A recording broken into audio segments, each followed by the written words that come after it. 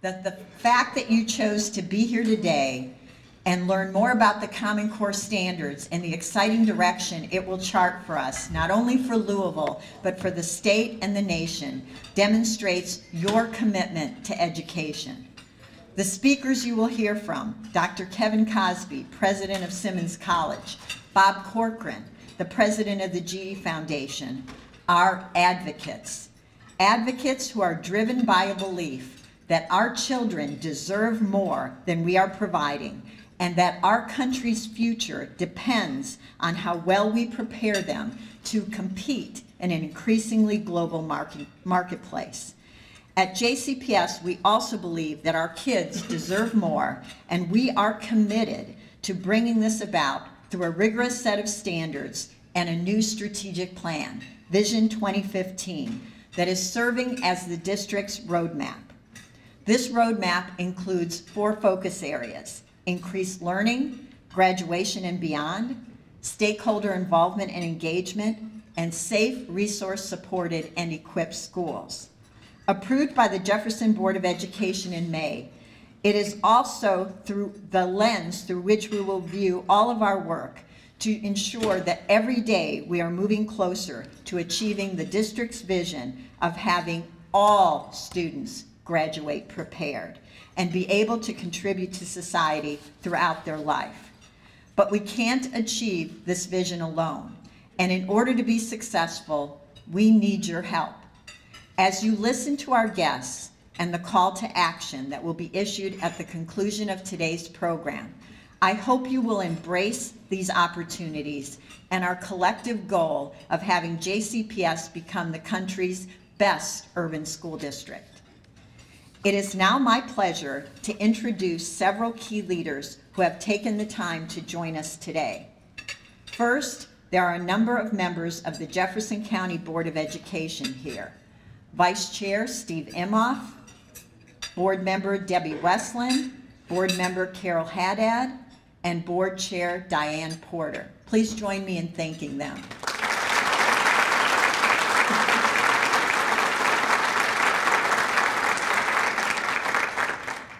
Thank you all for your commitment to our schools in this district. I know firsthand the number of hours each of you spend working on behalf of our students. Also joining us is Dr. Terry Holliday, the Commissioner of Education; Senator David Karam, the Chair of the Kentucky School Board Association; and Speaker Pro Tem Larry Clark. Thank you for being here.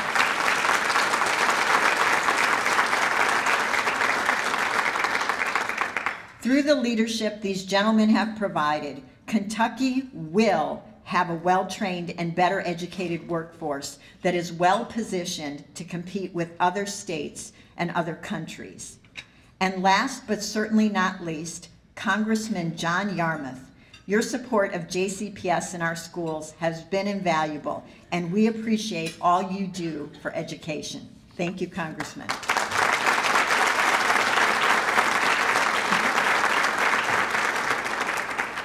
It is now my pleasure to introduce someone else that has been a great supporter of JCPS, and most importantly, a true champion for education, Mayor Greg Fisher.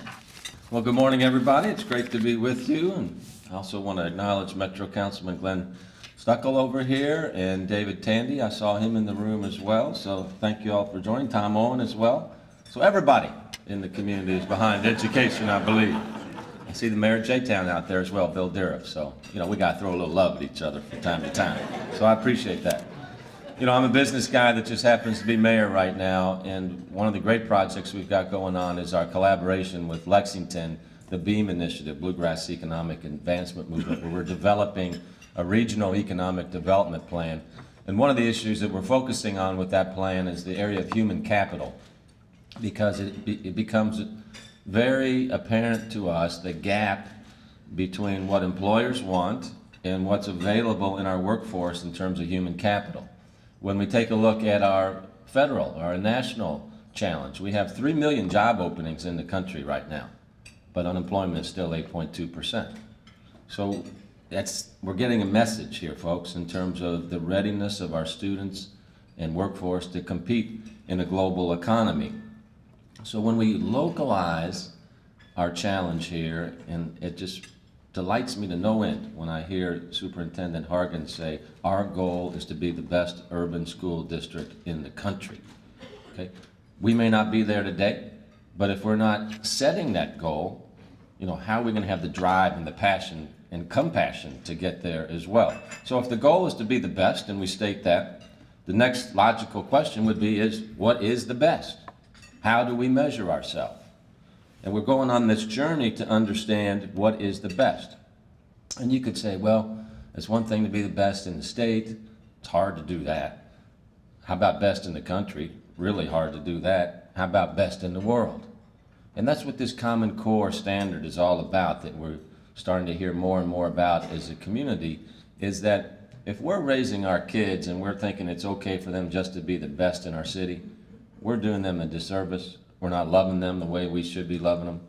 But if we embrace this reality that we are competing in a global economy, and we all know that, we got a lot of business folks in this room, that's the best thing we can do. That's the best way we can show our love toward them in our community, by saying this is the world. Let's embrace the world, and let's embrace this competition so that we can make sure that we can compete with anybody, anywhere. We've proven that we can do it. You've seen how Kentucky has improved with its education outputs and education reform. Our state, our Commonwealth, took a big, bold step in that area, and we've had movement much faster than our competitive states in this area. So we are also now leading the way by being the first state to adopt the Common Core standards as well. That's good, but when you're out front, guess what? You're going to get some arrows shot at you. They don't shoot at you when you're in the gutter. Okay, so we're going to be leading the country, and the country will be watching in many ways how we're communicating about the Common Core standards, how we react to the Common Core standards.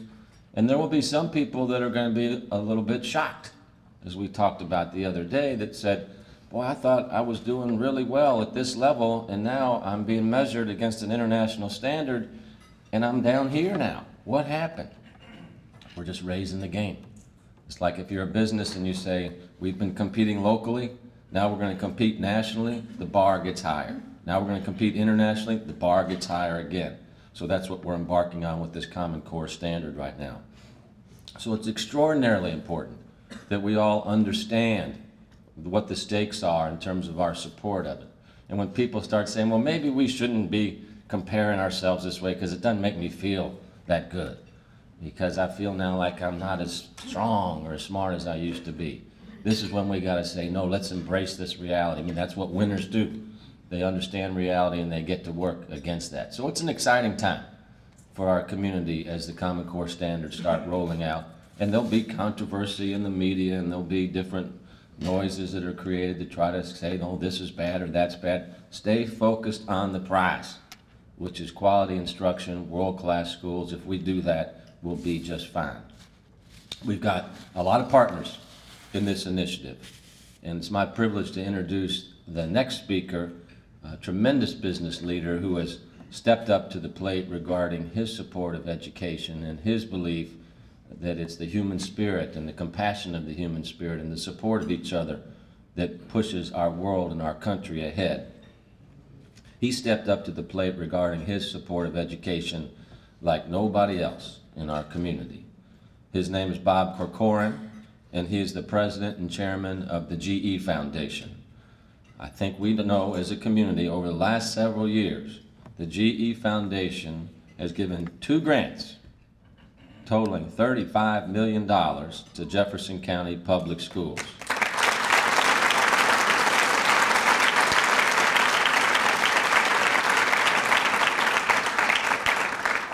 It's a great job, isn't it, Bob? I'm feeling the love. Yeah, feel the love, brother. 2, 3, 4. You know, it's a great job when you get to go around the world and say, you know, $35 million. Bob, you must have a big checkbook, man. But Bob walks the talk. He's a super strong supporter of public education and an enthusiastic supporter of Common Core standards. So please join me in welcoming and thanking Bob Corcoran from GE Foundation.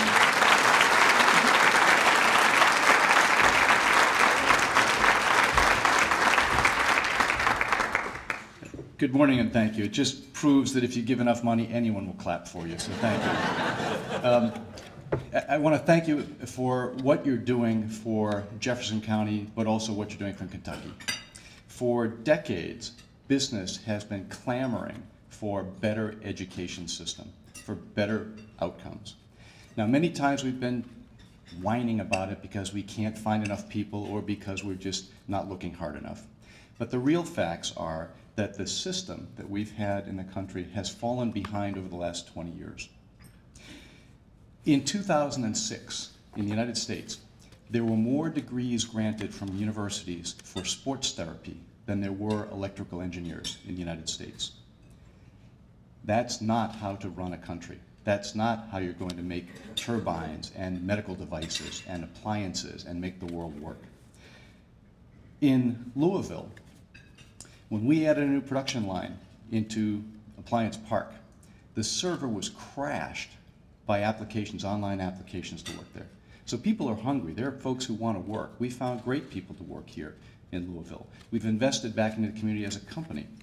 But we need to do a better job on creating the kinds of students who can go on to be career ready and college ready. Now, I want to show you a chart that I've become an education geek. I'm a 33-year GE executive, but in the last 6 years working with the foundation, have come to find a number of things about education. So if I can ask you to, here we go. This is a chart that is frightening. For a country that used to lead the world in high school graduation, used to lead the world in access and the most educated citizenry, the US rank in science with the OECD nations, the top industrial nations in the world. We've fallen to 17th place out of 34 countries and 25th in math out of 34 top performing countries. That's not okay. It's not okay for business, and it absolutely is not okay for our country. When you look at our rank in terms of high school graduates, we've fallen to 10th in the world. My mother and father did not work as hard as they did to ensure that I got through school and I had opportunities for us to deliver this for our children today. Absolutely not. It's not acceptable, period. Now, let me tell you a bit about where we've gone for 20 years in education, why Common Core standards are so important. This chart represents, it's purposely blurry so that you can't actually call me on the facts there. But it's a simple representation. If you look at the top of that little chart, along the top there are 8 columns. Those columns are grades 1 through 8. This represents math. Going down the rows, down the side, are from simple to more complex concepts in math. So the first line is whole numbers, the concept of whole numbers. So when you have a child in first grade, you try to teach them math. A whole number. You take one orange. This is a whole orange. This is 1. Now I put a second orange with it. This is 2. And so you then work to talk over the time in the classroom about 1 + 1 = 2, and then you can take 1 away and all those kinds of nice things. And later you can talk about fractions. We can cut the orange up. So I'm going to stop there and prove why I didn't go into education. But it goes from the simple concepts of whole numbers and addition and subtraction. And as you proceed down the list, it goes to more difficult things, again, like fractions, multiplication, and then it gets into equations at the bottom and looks like basically algebra.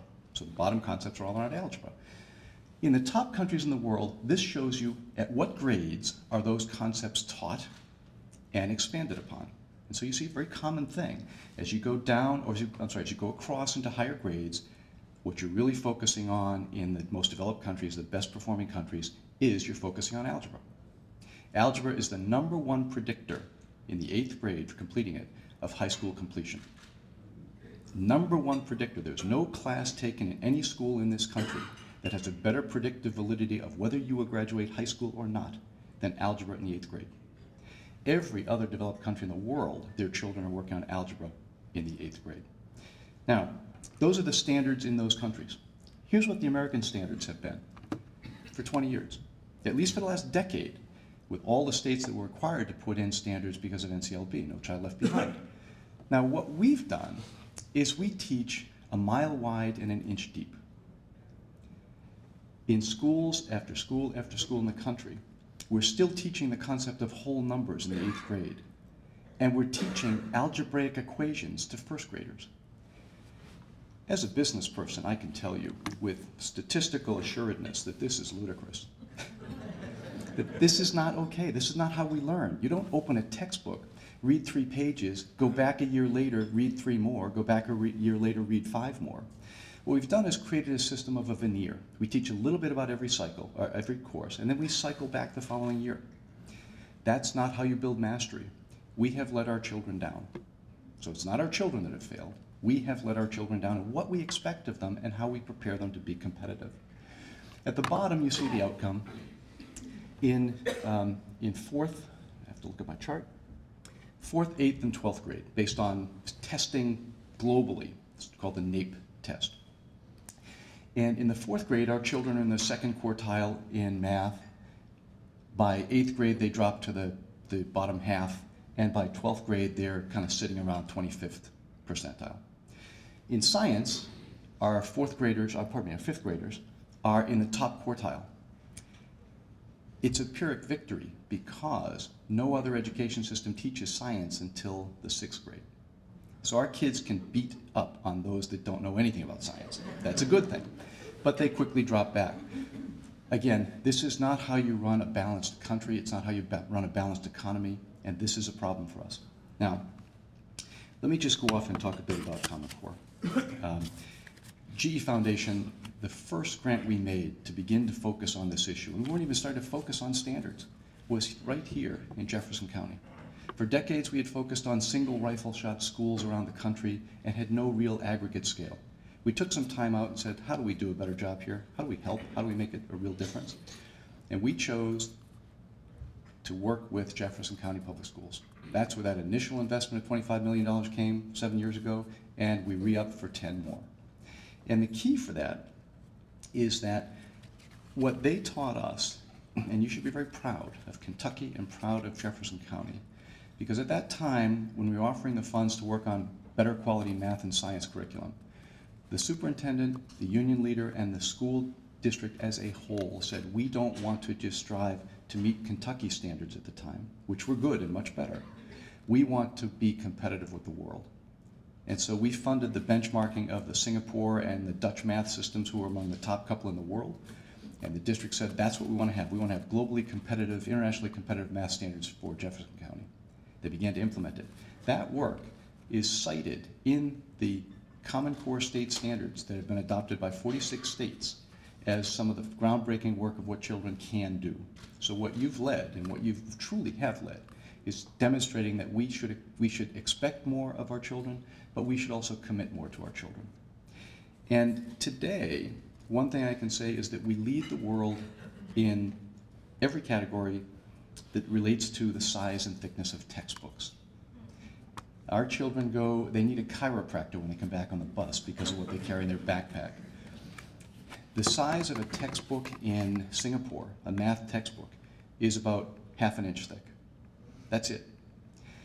In Singapore, in Germany, in the Netherlands, countries that really excel at this, what you'd be surprised to find out is their children do less homework at night than ours. They focus on fewer concepts. So that's what the Common Core standards are. Instead of a teacher teaching 82 concepts in the 4th grade in math, in other words, introduce one new thing a day, or every other day, and then if they don't get it, don't worry about it, they'll teach it next year. That's what we do today. Instead of that, you'll have teachers now that have the time to teach, the time to spend with students for 5 days, 6 days, 7 days to make sure students master it, and do much of that work in the classroom with the teacher and with support. It's not a bad thing because it also takes the pressure off of parents like me who couldn't help you past 5th grade with math. And the last little piece I want to say is that I give you an anecdote, and I come to this conclusion with data and research, but also I have 2 children, and my 2 children have gone through public schools completely.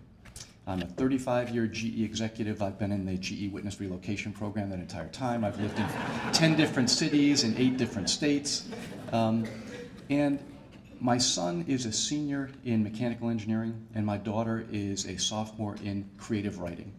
The two could not be more different in how they think and what they do. My daughter goes to a college that if it leaned any more left, it would be horizontal. My son, absolutely data-driven, an engineer from birth. That's how he always thought. So he's truly data-driven analytics. When they were 10 and 12, at a time when children still talk to you at the dinner table, my son, who loves math, not particularly enjoyed with social studies and other stuff, but he loved math, I asked him at dinner, so how's your day? What'd you learn? And he was a little frustrated. He said, well, they introduced a new concept and I don't know, I don't understand it. Well, what is it? He tried to explain it. I said, well, when did you start it? Well, they started yesterday, but I just don't get it. I don't understand it. My daughter, who was leaned over her meal and doodling and drawing pictures, as she always does, on a napkin, she said, oh, that's easy. You take this, you do this, and you multiply by that. Then my son went, oh, really? And then they talked for a minute, and I thought, my God, I have Rain Man for a daughter. She has been hiding from me the fact that she is a mathematical savant. She's mastered very well in her early life. And so I asked her, how did you know that? And she said, oh, that's easy. We went through it last week.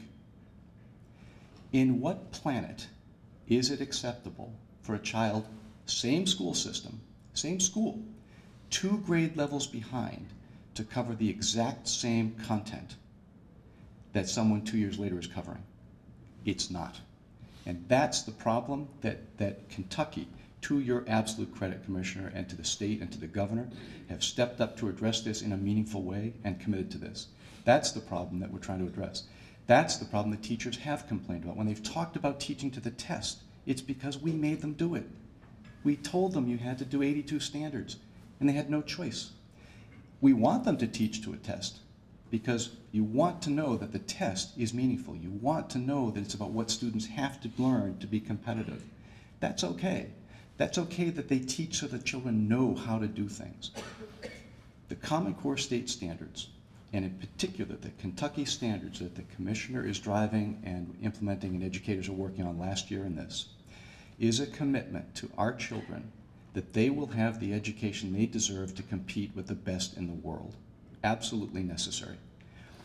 We don't have that today. It will be hard. It will take time to get this right. But once you know you have a problem, don't wait to fix it. Can our teachers be better prepared? Yes. Could our parents be better prepared? Absolutely. Could our leaders be better prepared? Absolutely. But the answer here, when the testing results come out in October for last year's students, the answer is don't blink. The test scores are likely to be worse. They're not worse because our children got dumber or our teachers got worse. They'll be less because we've raised what we commit to deliver to our students. It's very, very simple. Any teacher should tell you that last year when he or she taught in the classroom, they did their absolute best to give these children the right curriculum and the right approach to learn for life and to be competitive. The teacher will also tell you when they stop to think about it that relative to that, they've got better students come to them this year than they had in previous years. And that tells you something. That tells you that while those scores may go down, those children have gone up. They're better prepared, they know more. And that's the commitment I think we're making. So I want to thank you for leading the nation in doing this. I also want to thank the governor, past governors, and governors of every state that's done this. In a world where there's all sorts of frustration, and look, it's easy to blame government, and it's really easy to look to, I apologize, Congressman, but easy to look to Washington and say, my God, this is terrible, blah, blah, blah, blah, blah. The reality is that the Common Core state standards that 46 states have adopted is probably the shining example staring us right in the face that the Constitution of the United States works, that constitutional government works, and that states can cooperate for the betterment of citizens and the nation when they put their minds to it. 48 governors proved that. 46 have signed on to the final version of it, and others are adopting it as we go forward. This is the most impactful thing that's come across in education. We're proud to support this. We're proud to be a part of what you're doing in Kentucky to lead the nation. You have our undying support, and my comment is please do not back away from our children. Do not let this go backwards at all. It cannot fail. Thank you very much. Good morning. I was a teacher first, so we'll try that again. Good morning. Good morning. Thank you, that's much better. I'm Diane Porter, currently serving as the chair of the Jefferson County Board of Education, but I represent District 1. David Tandy and I, we share some space, so we're in District 1, so welcome to District 1 this morning. President John Kennedy said children are the world's most valuable resource and the best hope for the future. We know that, and I want to congratulate and recognize the hard work that the Board of Education does for the students in Jefferson County. This morning, my assignment is to introduce my pastor, Dr. Kevin W. Cosby. In 2005, GLI published a book called Passing the Torch. I want to share a few comments about Dr. Cosby from the book. It says, Reverend Kevin W. Cosby, Senior Pastor, St. Stephen Church, President, Simmons College of Kentucky. Reverend Kevin Cosby became the pastor of St. Stephen Church in West Louisville in 1979. He was 21 years old at the time and a student at Eastern Kentucky University. As the grandson of St. Stephen's beloved first pastor, Reverend B.J. Miller, he was invited to come home to take over the little church on the corner of 15th and Kentucky Streets. And he answered the call. He assumed the reins of St. Stephen at a very young age of 21. Dr. Cosby has risen to become one of the most powerful and influential leaders in this community and in the Commonwealth of Kentucky. The congregation has grown from 500 to approximately 13,000 members. In 1997, St. Stephen Church purchased the original 4-acre campus of Simmons University, which is now Simmons College of Kentucky. In 2005, Dr. Cosby was named the 13th president of Simmons. He served as president, and in the beginning he refused to take a salary because of his commitment. Dr. Cosby is a pastor, an author, and a teacher. He's married to the former Barnetta Turner. They're parents of 2 adult children who are graduates of the Jefferson County Public Schools and have completed post-secondary degrees. Christina's daughter is over here, so I'd like to recognize her. Thank you for being here this morning.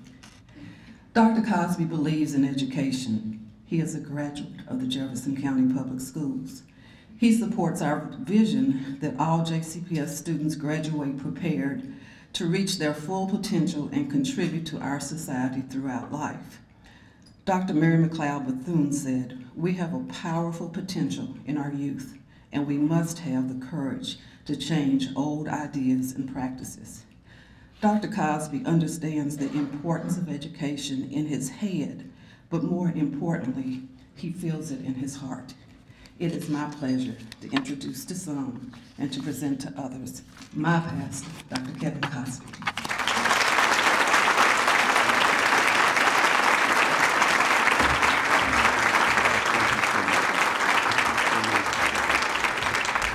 Thank you so very much, Diane, for those very kind and generous words of introduction. To Bob, you give new meaning to the GE slogan, GE brings good things to life.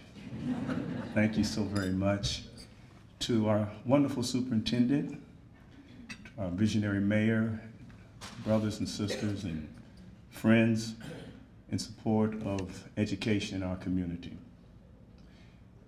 The date was July the 13th, 1981, Weatherford, Texas. A farmer whose family had farmed a particular farm for many generations, peanut farmers, happened to see yellow dust particles on the ground, and disturbed that they may have something on their farm hazardous or toxic, decided to contact the environmental authorities. Well, the environmental authorities came and gave it a thorough investigation. And upon their investigation, they soon discovered that this yellowy residue was not toxic, it was not hazardous. In fact, what was on the ground was flakes from gold. Upon further investigation, they discovered that this peanut farm, a farm that generations had raised peanuts on for years, was actually a farm that was rich with gold deposits. It was considered to be a peanut farm, but in fact, it was a gold farm. It was, and today is perhaps one of the largest gold farms in the United States today. Now, that's not a fit metaphor and an accurate parable of what so many communities experience, what so many institutions experience, what so many people experience. Raising peanuts on a gold farm. Now, don't mishear me. I'm not in any way antagonistic towards peanuts. I love peanuts. Love them. Cashews, almonds. I'm telling you, give me some chocolate covered peanuts and I'll go to town. I love peanuts. But if I have a choice between raising peanuts and raising gold, for me, it's an easy choice. I'd rather have gold than have peanuts. And it's inexcusable for anyone to raise peanuts when you have the potential to harvest gold. You know, that's where leadership comes. Leadership is never content with raising peanuts when you have the potential of raising gold. And that's what these new standards are in education for our community. It is a standard that says we will not be content to raise peanuts in our classroom when in our community there is actually gold. Now, in order for this to be successful, something must take place which is very difficult, and that is a change of mind, a change of thought, a change in our paradigm. And for many, change is very difficult. New ways of thinking, new ideas is very difficult. We have problems sometimes with new ideas. Many of us and many people are so much like Rip Van Winkle. You remember Rip, who went to sleep on the Catskill Mountains of New York? And when he woke up, 20 years later, a revolution had taken place. When he went to sleep, there were 13 British colonies. When he wakes up, there are 13 states. When he went to sleep, there was a George named King George who was on the throne. But when he wakes up, there's a new George by the name of George Washington who's giving leadership. What happened to Rip Van Winkle? He slept through a revolution. And perhaps for the last 20 years, as Bob indicated, our nation, our city, our state has slept like Rip Van Winkle through revolutionary change. I read a book that I highly recommend by Jim Clifton, president of the Gallup Group. The name of the book is The Coming Jobs War. And in the book, Jim Clifton says, do the math. He says there's 7 billion people on the planet. 7 billion. 5 billion people are adults. 3 billion people are looking for good jobs. However, there are only 1.2 billion good jobs available, which means there's a $1.8 billion job shortfall. Now, it doesn't take a brain scientist to realize that if there is a $1.8 billion job shortage, then those who will get the jobs will not be those who specialize in raising peanuts. Peanuts will not get the jobs. Those who will get the jobs are those who produce gold, who major in producing gold. And that is why I took on the responsibility of becoming the president of Simmons College of Kentucky. Simmons College of Kentucky is a 133-year institution that was started in this community by former slaves. There were 4 million slaves that were set free in 1865 at the end of the Civil War. Of those 4 billion slaves, only 5% were literate. And those newly freed slaves realized that without an education, the Emancipation Proclamation and the 13th Amendment to the Constitution did not free slaves, it fired the slaves.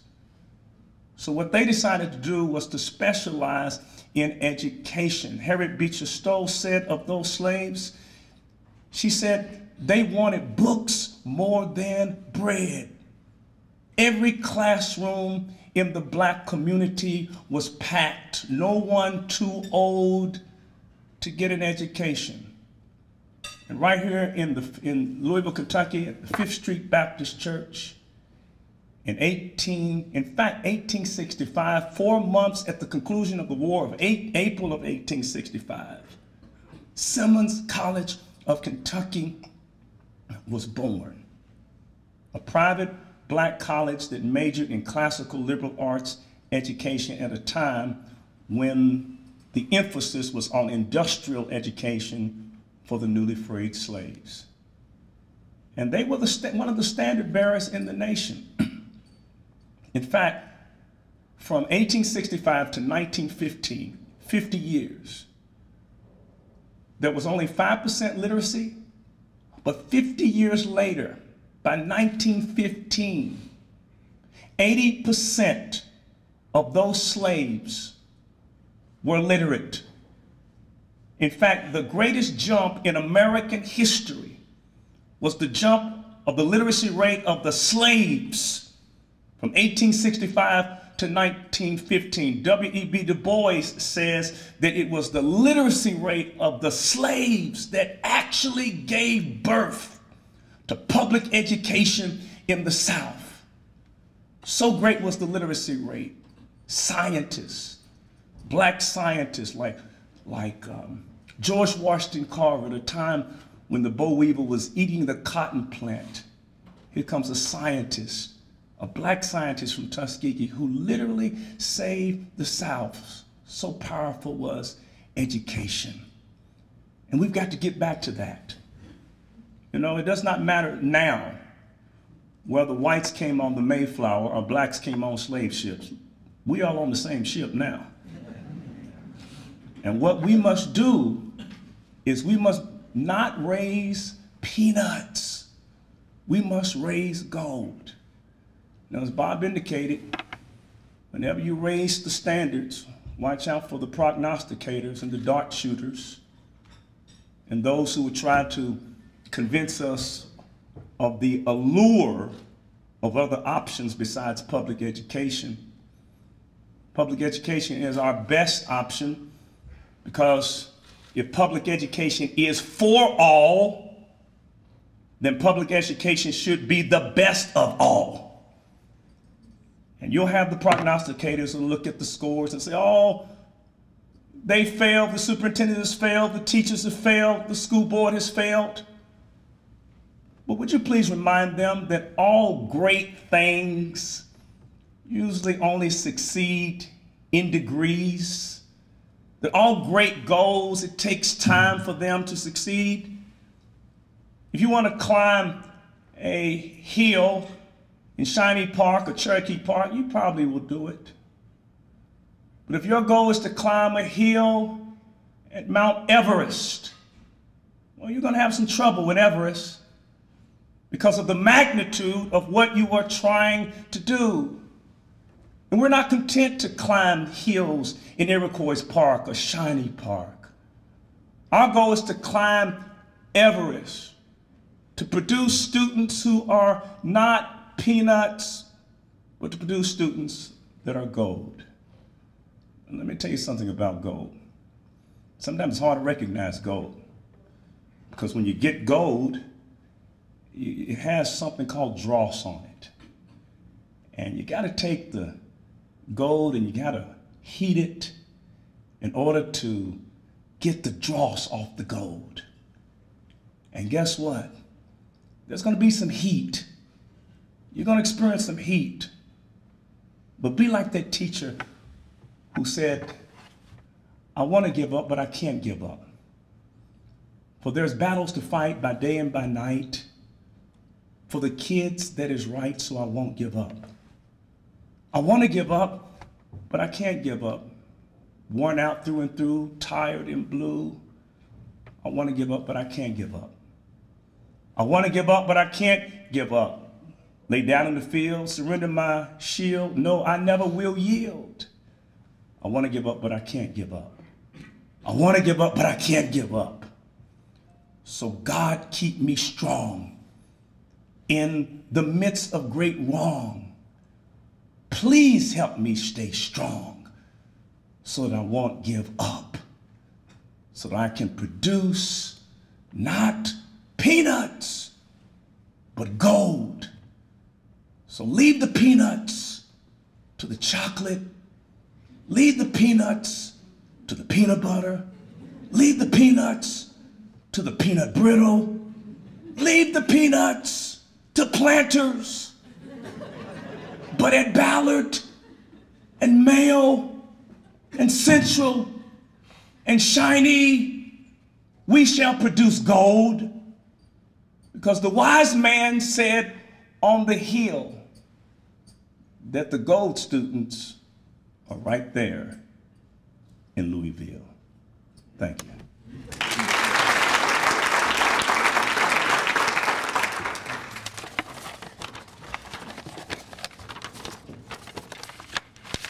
Good morning. My name is Sherry Dymar. I'm the president of the 15th District PTA, which includes all of Jefferson County. We have 141 PTAs in our counties. I just want to give you a little background. Last September, our district PTA received a $20,000 grant from the National PTA to help us educate the parents and the community members about the Kentucky Core Academic Standards, or KCAS. In the past year, we have conducted 70 workshops in 31 schools and 39 community centers, and we've reached nearly 10,600 people. Through social media, our PTA newsletters, the JCPS Parent Connection, and the GE Foundation newsletter, over 825,160 people now know about the Common Core state standards.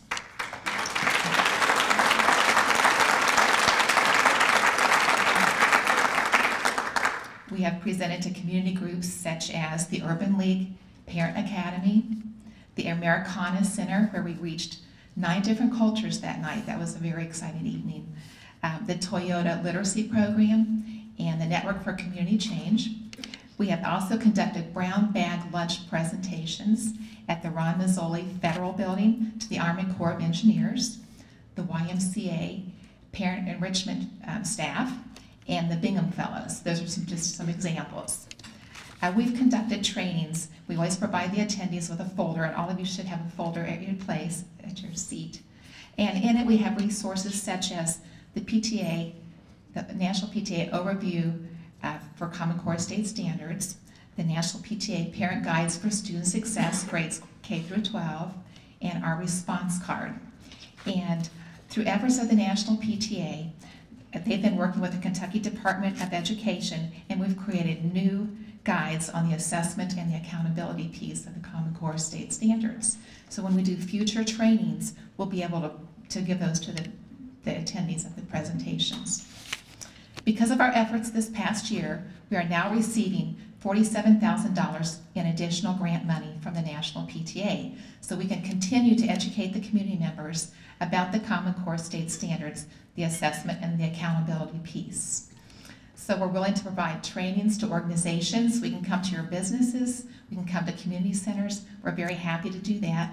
And there is a response card in your packet or there's a sign-up sheet at the back of the room if you're interested in having us do a training at your business. I did want to introduce, we have two National PTA members here today with us.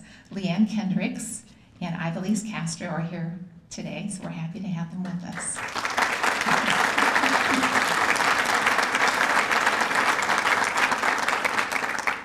And in closing, I just want to say parents play a very vital role in supporting the Common Core state standards in the schools and also at home. And I'd like to now introduce Jim Allen, the chair of the JCPS Foundation, and he's going to provide us with some closing thoughts. Sherry, thank you very much. I must admit it's not fair to be on a program after Dr. Kevin Cosby, so in the future I will plan accordingly. But it's my job to give you a few closing thoughts and also a call to action. We've heard the compelling economic case, the compelling emotional case for the Common Core state standards. I've had the opportunity to talk about it in a number of different locations. I think it's an important point that Dr. Hargens made, that we're actually, as the students take these or receive the test scores, they're not actually taking a step backwards. They're just being benchmarked more properly. The baseline is being drawn more accurately as we assess them. The correlation between these scores and the ACT and the SAT will be much greater. So I think it's important to consider that fact as we go forward. We need your help in terms of advocacy.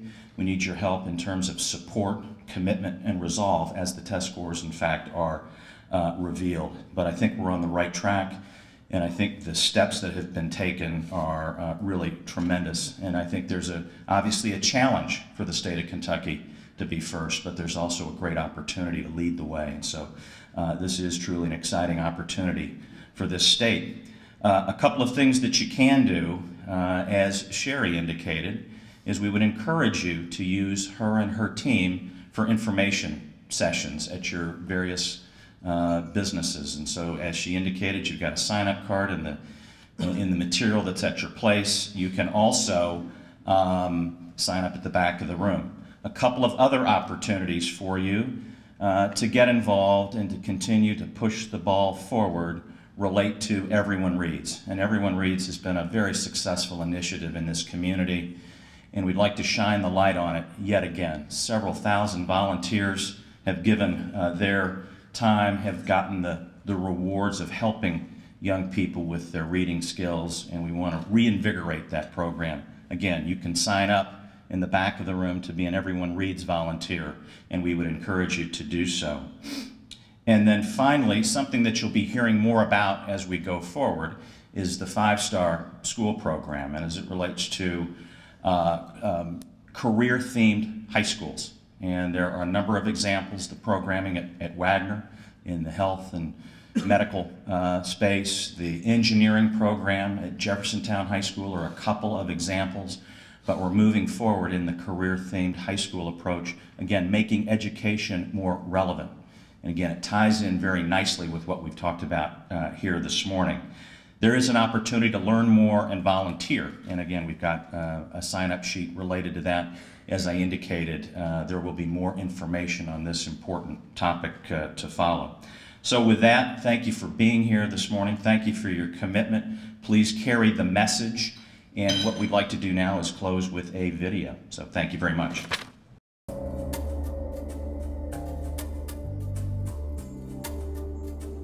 There are simple problems with simple solutions, and there are complex problems with not so simple solutions. Some problems can be solved in a few seconds. Some problems haven't been solved in decades. Like why our country continues to fall behind other developed nations in math, reading, and science. Across our nation, colleges and universities are finding millions of high school graduates each year who aren't arriving with skills necessary to succeed, in need of hours of remedial courses just to catch up. And in the working world, employers say many high school students aren't equipped with the tools they need to start their careers. Kentucky remains behind much of the nation in post-secondary preparedness. In Jefferson County, less than half of our students are graduating college and career ready. This has brought our country to a crossroads. Assign blame to the problem or solve it. The solution to the education equation began with a collaboration unlike anything ever seen in our country's educational history. For years, states held their own assessments based on their own standards, creating inequality across the country. And even those states, believed to be high achievers, fell short in comparison to other developed nations. What resulted was a simple concept, an ambitious concept, a new compass for education, all states adopting a common set of rigorous standards, standards aligned in such a way that students graduate prepared for post-secondary education, standards that allow states to determine how they stack up against each other and the world. With the support of local districts and their communities, Kentucky was the first state to adopt the new national standards. Kentucky had a choice. Kentucky chose to lead. Which group of students did we want to ask to wait to begin preparing to be college and career ready? This is a new way of learning, a new way of teaching, and a new path to academic achievement. The standards were developed to meet the same level of rigor as some of the top performing places in the world, like Japan and Singapore. They were developed by teachers, researchers, and leaders in higher education and business, people who know where students need to be to succeed. This isn't the latest fad. This is a new era in education. The first two standards introduced in the classroom were for reading and mathematics. Next year, we'll add science and social studies. The new standards challenge my students to a greater depth of understanding. Instead of memorizing facts and formulas, they develop critical higher-level thinking when approaching content, so they can tackle tougher concepts as they progress. Yeah, they are tougher standards. A lot tougher. A lot tougher. They push me to my limits. The curriculum is more rigorous for all students at all levels. For all students. Because I'm not teaching subjects in isolation anymore, my students get the answer to that age-old question, when am I ever going to use this? On a daily basis. And most importantly, the standards create a staircase of increasing complexity, ending in college readiness. So when I graduate, I'm prepared for both college and career. Kentucky was the first state to adopt the Common Core state standards. What you may not know is that Kentucky was the first to test on them at the end of the 2011-2012 school year, and now we wait to see our new scores, how we stack up against the standards. Be forewarned, there will be some shock and confusion when parents receive the scores in the mail.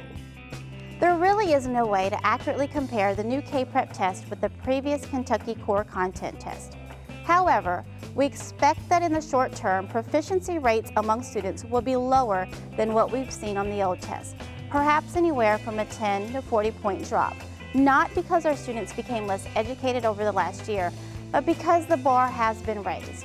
Our charge is to get our students to reach the higher standard.